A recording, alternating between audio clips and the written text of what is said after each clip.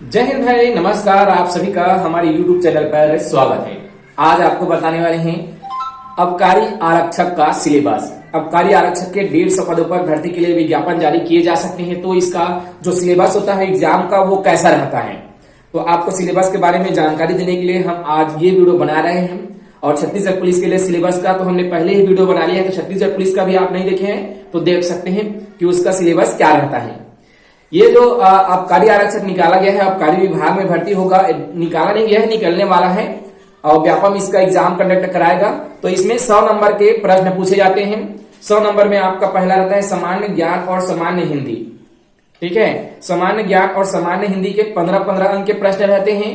इसके अलावा आपका रहता है गुणा भाग दशमलव, गणित के 20 अंक के प्रश्न रहते हैं। ठीक है, तो सामान्य ज्ञान, जिसमें सामान्य ज्ञान, सामान्य हिंदी और गणित की, इन सभी को मिलाकर आपका 20 प्रश्न रहते हैं।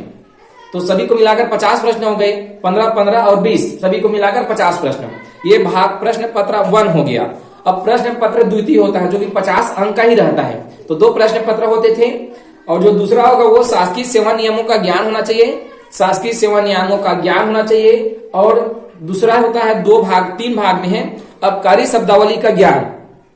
आबकारी शब्दावली का ज्ञान होना चाहिए। इन दोनों टॉपिकों से पहला जो शासकीय सेवकों के नियमों का ज्ञान है वो 20 अंक के, दूसरा जो है आबकारी शब्दावली का ज्ञान वो 15 अंक के, और आबकारी अधिनियम आदि का ज्ञान ये 15 अंक के, ये सभी आते हैं।